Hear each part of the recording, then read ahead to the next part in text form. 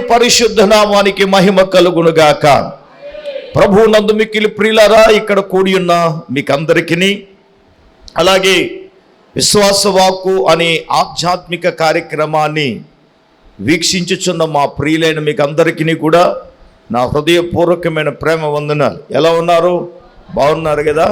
మీరు బాగుండాలని తప్పక మానక మా ప్రార్థనలో, అలాగే వ్యక్తిగతంగా మా సంఘ బిడ్డలు మేము చెప్పగలం.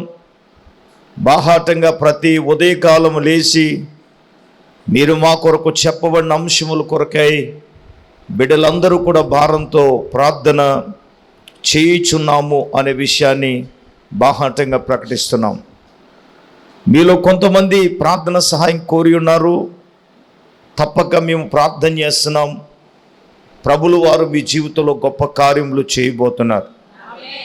అయితే నేను మీకు చెప్పేది ఏంటంటే, ప్రభువు మీ జీవితంలో కార్యం చేయాలి అంటే మీరు ప్రభువునందు కూడా విశ్వసించినప్పుడే ప్రభువు కార్యం మీ జీవితంలో ప్రభువు చేస్తాడు. మంచిది. వాక్య ధ్యానమునకు సమయం అయింది. సమయాన్ని ఎవరు కూడా దుర్వినియోగపరచుకోవద్దు. శ్రద్ధగా మీ బైబిల్ చేత పట్టుకుని కూర్చొని శ్రద్ధగా దేవుని మాటలు వినాలని, మీ మనసులో దేవుని వాక్యం మీద కేంద్రీకరించాలని కోరుతూ ఉన్నాను. ప్రభు ఏ సమయాన ఏ వర్తమానమును బట్టి ప్రభు మాట్లాడతాడో మనకు తెలియదు. కానీ ఒకటి మాత్రం నేను చెప్పేది ఏంటంటే, ప్రభువు మనకి ఏది అవసరమో అదే మాట్లాడతాడో, మనల్ని బలపరిచే మాటలే మాట్లాడతాడు. ఆమేన్. ఈరోజు ప్రసంగాంశం నేను వెళ్ళకముందు మీకు చెప్పాను ఏంటంటే, పరిశుద్ధమైన దేవుని సంఘము అని చెప్పాను.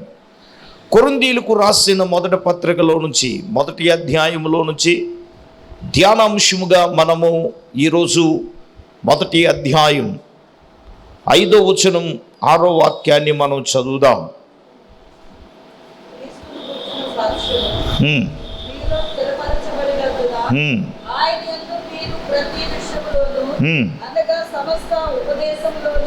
చూడండి, సమస్త ఉపదేశములోను సమస్త జ్ఞానములోను.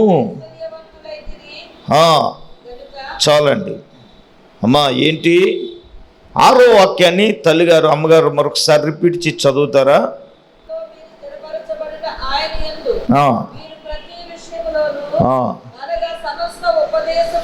వినండి. సమస్త ఉపదేశములోను సమస్త జ్ఞానములోను ఐశ్వర్యవంతులైరి. హల్లెలూయా. ఈరోజు ఉపదేశములోను జ్ఞానములోను ఐశ్వర్యవంతులైనటువంటి సంఘం. గమనించాలి. వచ్చిన విశ్వాసులుగా మనం ఇక్కడ కూడి ఉన్నామంటే, మనము జ్ఞానములోను జ్ఞానములోను ఉపదేశములోను జ్ఞానములోను ఎలాగ ఉండాలంట? ఐశ్వర్యవంతులు. అక్కడ ఉన్న మాట. ఈ కొరింథీ సంఘం అండి ఉపదేశములోను జ్ఞానంలోను ఐశ్వర్యవంతులైనట్లుగా మన సంఘము అలాగే ఉపదేశములోను జ్ఞానంలోను ఐశ్వర్యవంతులుగా మన సంఘం ఉండునుగాక. ఈరోజు ప్రసంగాంశం ఏమిటంటే, సంఘము ఉపదేశములోను జ్ఞానములోను ఎలా ఉండాలంటే ఐశ్వర్యవంతులుగా ఉండాలి. ఈరోజు నా ప్రియమైన వారులారా, ఉపదేశము సంఘానికి అవసరం. నిజమే దేవుని బిడ్డలారా, మీరు ఎంత అదృష్టవంతులంటే చక్కని ఉపదేశం చేయగలిగిన, అర్థమయ్యే రీతిలో ఉపదేశించగలిగిన ఉపదేశకుడు ఉపదేశం ఆవిడ చెప్పినా నేను చెప్పినా కలితే లేని ఉపదేశం, స్వచ్ఛమైన ఉపదేశం. మనం ఎలా ఉండాలి ఏంటి అనేది మన ఆధ్యాత్మిక జీవితాలకి. అయితే నేనేమంటానంటే, మెసేజ్లో ఉపదేశం కొరకు మనం ఏం చేయాలి? ఇది ఫస్ట్ హాఫ్. సెకండ్ హాఫ్ ఉపదేశం మనకు ఏం చేస్తుంది? ఇది చాలా అత్యంత కీలకమైన విషయం. ఈ విషయాన్ని మనం నేర్చుకోవాలి. నేనంటాను, ఉపదేశము మన జీవితంలో, ఉపదేశం కొరకు మనం ఏం చేయాలి, ఏమి చేస్తే ఉపదేశం మనకు ఏం చేస్తుంది గమనించాలి. అప్పుడు ఓ మాట చెప్తాను వినండి. మనం చేసినప్పుడు, ఉపదేశం మనకి చేసినప్పుడే మనం ఐశ్వర్యవంతులం. ఉపదేశం కొరకు మనం ఏం చేయాలి? మరొకసారి చాలా జాగ్రత్తగా మనం వినాలి. ఈరోజు పరిశుద్ధాత్మ దేవుడు తన సేవకుని అభిషేకించి ఆయనే తన వాక్యమును బట్టి నీతో నాతో మనందరితో కూడా పరిశుద్ధాత్మ దేవుడు మాట్లాడబోతూ ఉన్నాడు. గమనించండి, ఉపదేశం కొరకు మనం ఏం చేయాలో నేను 7 సంగతులు చెప్తాను. మొట్టమొదటిగా ఉపదేశము గురించి ద్వితీయోపదేశ కాండం 32వ అధ్యాయం 2వ వాక్యంలో ఏముందో తెలుసా?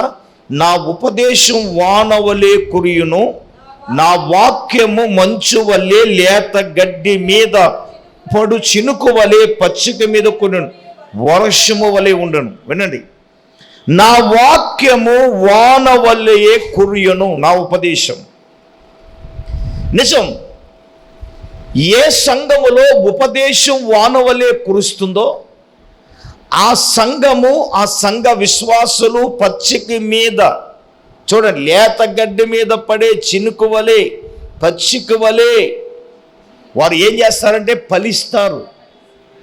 అక్కడ వర్షం అనేది ఉపదేశం, పచ్చిక అనేది అంటే లేత గడ్డి అంటే మనం హెచ్చరక్తం వేసి మన మీద పడినప్పుడే. ఏమన్నా వర్షం మీద మొక్క మీద పడితే ఎలాగుంటుంది? మా పాస్టర్ పాపం కష్టపడి కరేపాకు మొక్కకి నీళ్ళు ఎడతా ఉంది, హెచ్చరక్తం వేసి. ఆ నీళ్ళు ఎడితే ఏమవుతుంది? బాగా మీ కోసుకుంటా నైసిగా అంటుందిగా, హెచ్చరక్తం వేసి. సందర్భం వచ్చింది కాబట్టి చెప్తున్నాను. అమ్మాయి ఏ సీరియస్గా చూస్తున్నారు? నీళ్ళు ఎట్టపోతే మొక్క ముత్తుందా? పచ్చగా వస్తుందా? అదే హల్లెలూయా, దేవునికి స్తోత్రం. ఒక రోజు నేను పచ్చగా వస్తుంది కదా అంటే కరివేపాకు పొడి చేయమన్నాను, దేవునికి స్తోత్రం. ఆవిడంది ఎక్కడ పొడి చేస్తాం మన వాళ్ళు, దేవునికి స్తోత్రం. చెప్పండి. మరి ఇక్కడ సందర్భం ఏంటంటే, సందర్భం వచ్చి అది మొలాలంటే నీళ్ళు కావాలి, అర్థమవుతుందా? మనం కూడా ఆత్మీయంగా ఫలించాలంటే ఉపదేశం వర్షం మన మీద పడాలి. హల్లెలూయా. అది మరి అంతే కదండి.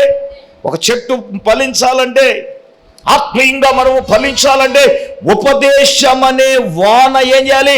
మన మీద కురాలి. ఆమేన్.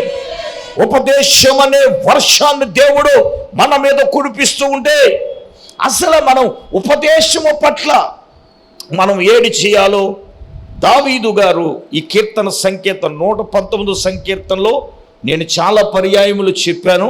అయినా మనం ఏం చేయాలో 7 సంగతులు నేర్చుకుందాం.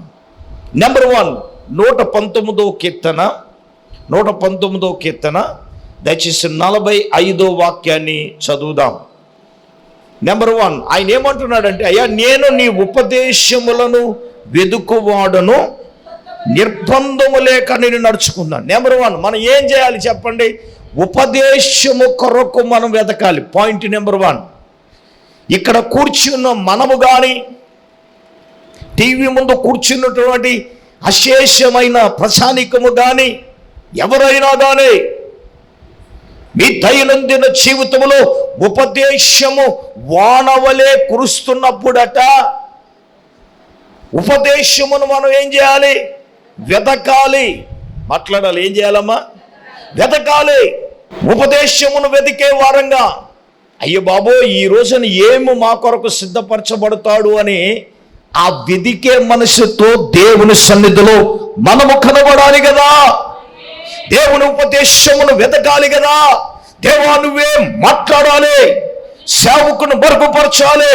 మీరు మా కొరకు ఏమైతే సిద్ధపరిచి ఉంచారో, సిద్ధపరిచి ఉంచిన ఉపదేశము మాకు కావాలని మనం వెతకాలి కదా. అందుకే జ్ఞాని సొలొమోను ఒక చక్కని మాట చెప్తాడు. ఏంటంట?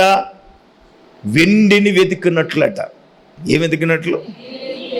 మాట్లాడాలి. ఇంకా ఏంటంట? దాచబడిన ధనం. సామెతలు 2:4 త్వరగా తీయండి, చదవండి ఒకసారి. నీ మాటల కొరకు అమ్మ పైనుంచి మనం అంటే దాన్ని అంటే దేన్ని అంటే దేవుని మాటల గురించి చదవండి.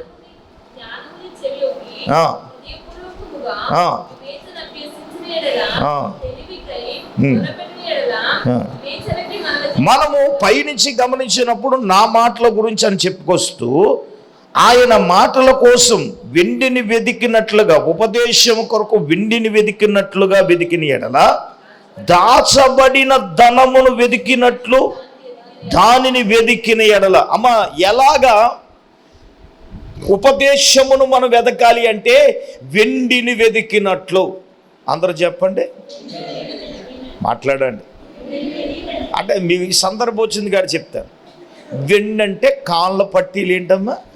ఎక్కడో పడేస్తుంది ఎండి పట్టి, రక్తమే చేయం, సాయంకాలం గుర్తొస్తుంది. ఇప్పుడు కాళ్ళకున్న పట్టి పడిపోయిందని ఏం చేస్తాం? పప్పు టమాటాలో కూర్చుంటావో, రక్త వేజాయి. పొద్దున్నుంచి ఏ కొంపకెళ్ళావో, ఎవరితో మాట్లాడావో చెప్పండి. ఏది ఎవడో పాడేసుకున్నట్టు ఎదకలేనట్టు, అవునా కదండి? పాడేసుకున్న వెండి వదిలేస్తావా? ఊరుకొండ అయ్యారు, ఎవడు వదులుతాడండి రక్త వేజాయి అంటే. ఉపదేశము, దేవుని మాటలు మీకు చెప్తున్నాను. మనం వాటిని వెతుకుతున్నాం కానీ ఉపదేశాన్ని అలా ఎదకట్లేదు అనేది నా బాధ. అది స్తోత్రం చెప్పండి. హల్లెలూయా. మనం ఐశ్వర్యవంతులు కాకపోవడానికి గల కారణం ఆత్మీయంగా మనము క్రీస్తులో ఉపదేశములో ఐశ్వర్యవంతులు అనే స్టేజీకి రాకపోవడం. ఉపదేశించేవాడు ఉంటే సొగు ఏంటో, ఉపదేశం మనలో పనిచేయాలి కదా. డాక్టర్ ఉంటే సొగు ఏంటి, ఆయన రాసిన మందులు మనలో బాడీలో అప్లై అవుతేనే కదా దగ్గు తగ్గేది. అదే కదా మరి. కొంతమంది ఉంటారు 2 ట్యాబ్లెట్లు వేసుకుని తగ్గితే ఇంక మళ్ళీ ట్యాబ్లెట్లు వేసుకోరు, రక్తం వేసి 2 ట్యాబ్లెట్లు వేసుకుని బాడీ తేలిక కొందరికి మళ్ళీ వేసుకోరు. మరి డాక్టర్ ఎందుకు పనికిమాలకి 10 రోజులు రాసింది ఎందుకు రక్తం వేసి? జ్ఞానము, ఉపదేశము, ఐశ్వర్యము, దానికి నీవు చేయవలసిన పని ఏమిటంటే ప్రభు మాట్లాడే మాట అంటే వెతకాలి. అందరూ చెప్పండి. ఇలా కాదు, మీరు పక్క వాళ్ళు షేక్ అండి ఉపదేశం వెతకాలని చెప్పండి. మాట్లాడరా, ఉపదేశం వెతకాలా? చెప్పండి, ఉపదేశం ఏం చేయాలి? బాగా అడుగు, చేయదులే. ఇప్పుడు నువ్వు సీట్ కావడం ఎదుగుతున్నావని నిన్ను అడిగింది కదా, నువ్వు ఎదుగుతున్నావని అడగండి. ఉపదేశము వెతకాలి. ఇది చేయవలసిన మొట్టమొదటి అత్యంత కీలకమైన విషయం. సమయం లేదు కనుక ఒక అరగంటలో 7 విషయాలు ఈ చెప్పి, ఒక అరగంటలో 5 చెప్పాలి కాబట్టి టక్ మనము రెండో విషయానికి వెళ్దాం.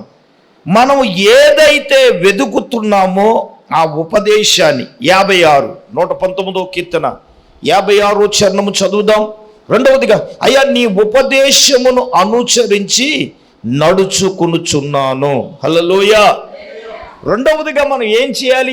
ఏ ఉపదేశాన్ని అయితే వెదికామో, ఉపదేశాన్ని వెతుకువాడు అన్నాం కదా, ఇంకో మాట దానికి జోడించాలి. 94వ చరణం కూడా చదివితే రెండో విషయానికి వెళ్ళకముందు మొట్టమొదటి పాయింట్కి, నీ ఉపదేశములు నేను వెతుకుచున్నాను, నేను నీ వాడినే, నన్ను రక్షించుము. ఇది మొట్టమొదటి పాయింట్లో రాసుకోండి. నేను నీ ఉపదేశమును వెతుకుచున్నాను, నేను నీ వాడినే. ఉపదేశమును వెతికేవాడు ఎవరు వాడట? ఆయన వాడే. ఇది మొట్టమొదటి పాయింట్. రెండో పాయింట్గా ఏమిటంటే, దేవుడు మనకు ఏదైతే ఉపదేశము చేశాడో, వెతికేమో, రెండవదిగా మనం చేయవలసిన అత్యంత కీలకమైన విషయం ఏమిటంటే, ఆ ఉపదేశమును అనుసరించి మనము నడుచుకోవాలి. ఇదే నాకు వరముగా దయచేయబడి ఉన్నది అంటున్నాడు. ఏంటమ్మా? ఉపదేశమే దేవుడు నీకు వరంగా ఇచ్చాడు.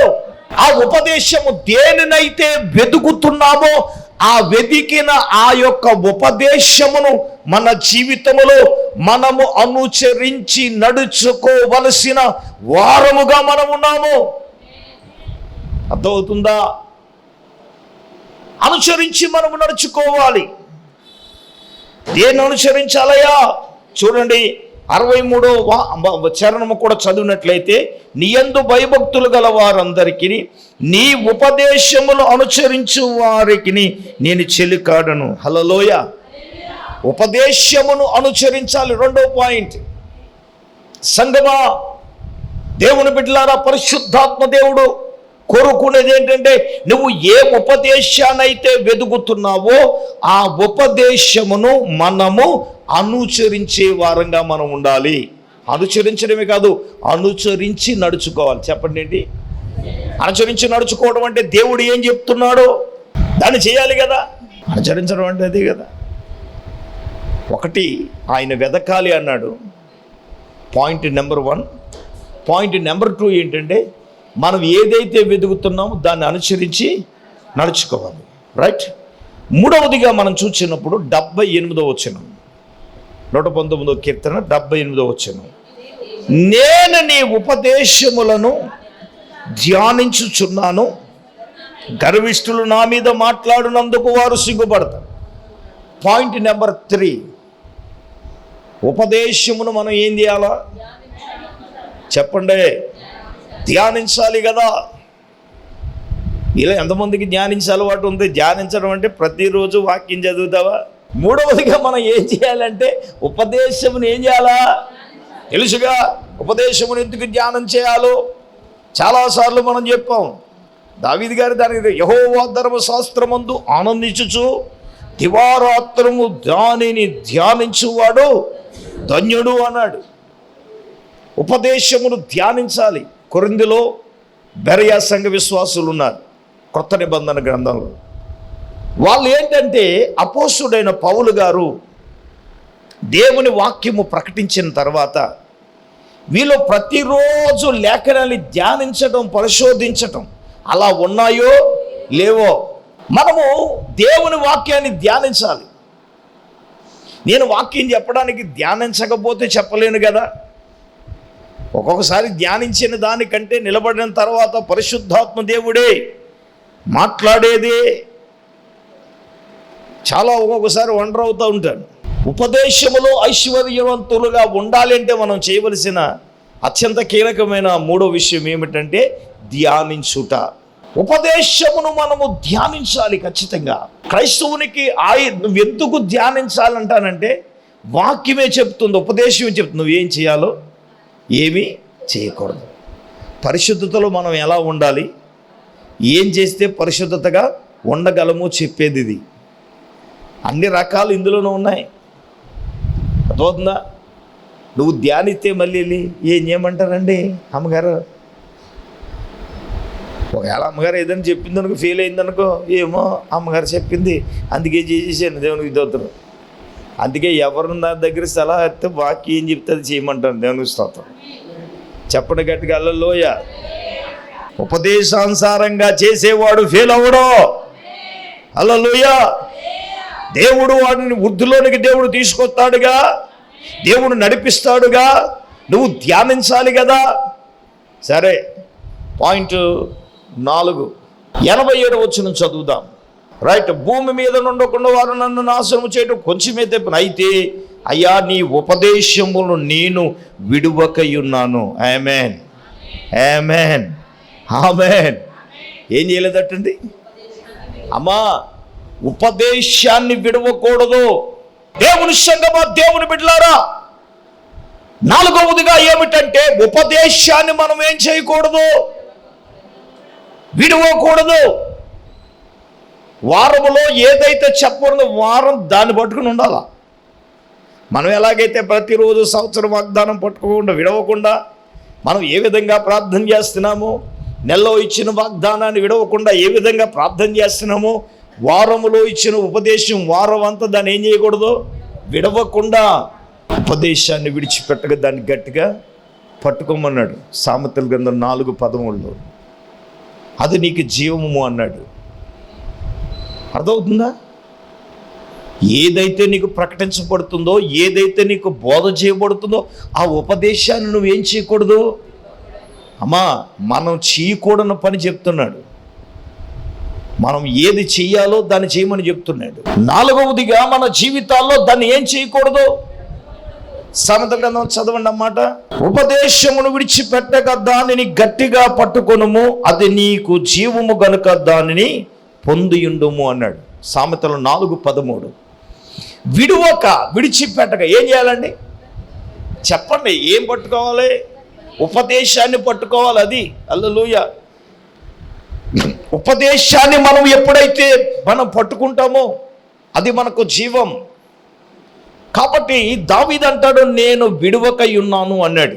ఐదవదిగా దేవుని బిడ్డలారా, నేను వెళ్ళిపోతాం త్వరగా. ఐదవదిగా మనం చూసినప్పుడు 100వ వాక్యం, అంటే 100వ వాక్యం, 119వ కీర్తన 100.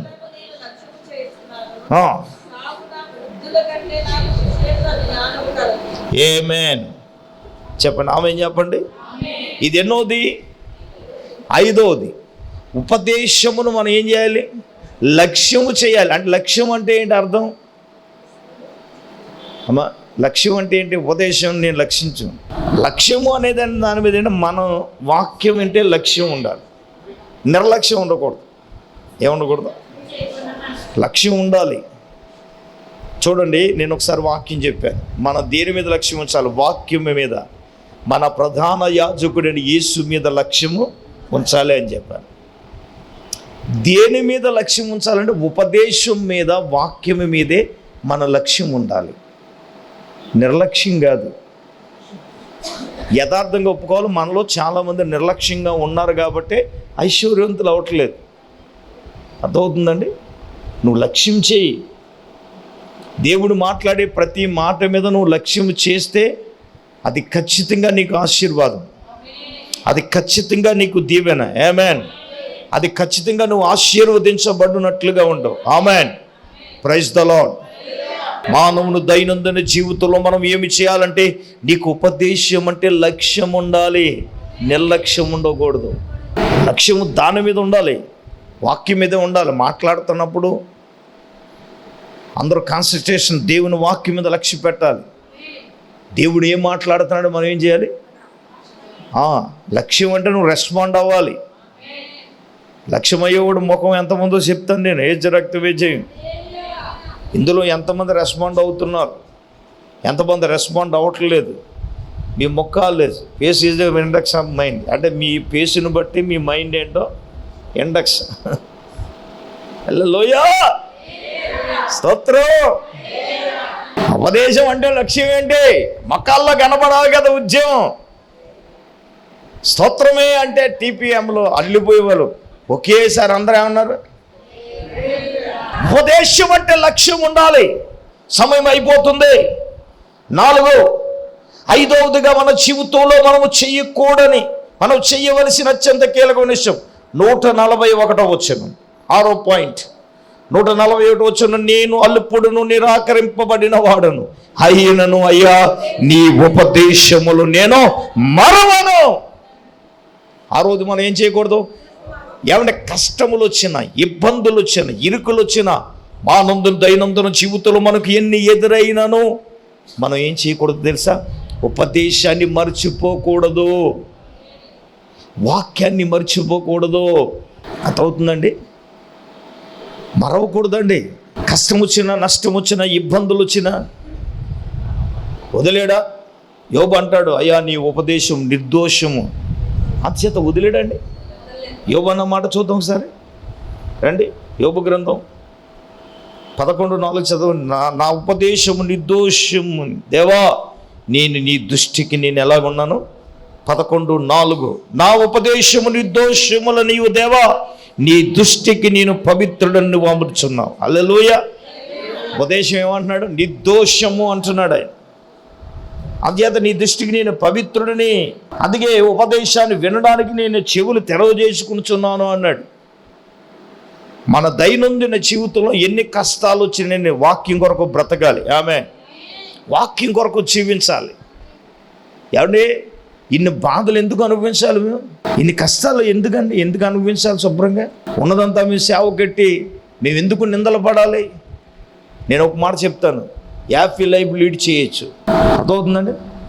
ఈరోజు సరైన బండి కూడా లేకుండా డొక్కు బండే మన విశ్వాసాన్ని, ఈ బండి మీద మేము చూడలేకపోతున్నాను అన్నాను. పోళ్ళు అలాగని కొనుక్కుంటా ఒక 10 ఏళ్ళు సాయం చేస్తే బాగుండు కదా. దేవుని స్తోత్రం. నేను అనేది ఏంటంటే దేవుడు ఇవ్వాలని, అది కాన్సెప్ట్. ఇప్పుడు బండి కొనడం పెద్ద ఈజీ ఉంది, పెద్దేం కాదు. 10,000 ఎట్టి 20,000 కడితే బండి వచ్చేస్తుంది. అయితే నేను చెప్పే ఈ అత్యంత కీలకమైన విషయం ఏంటంటే ఉపదేశం కొరకు బ్రతకాలి మనం.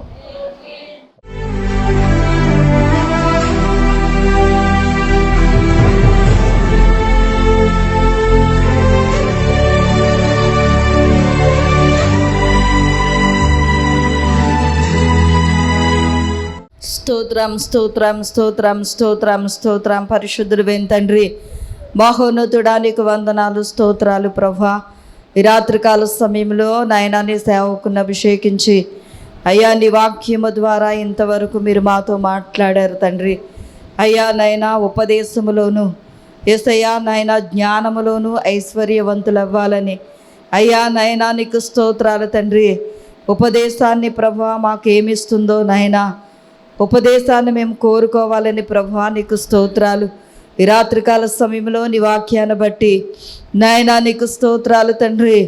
నాయనా వానవలే నీ యొక్క ఉపదేశం కురుస్తుందని ప్రభా, అయ్యా మంచు వలే నాయనా అది మా మీద పడుతుందని అయ్యా నీకు స్తోత్రాలు. మీరు మాతో మాట్లాడారు నాయనా.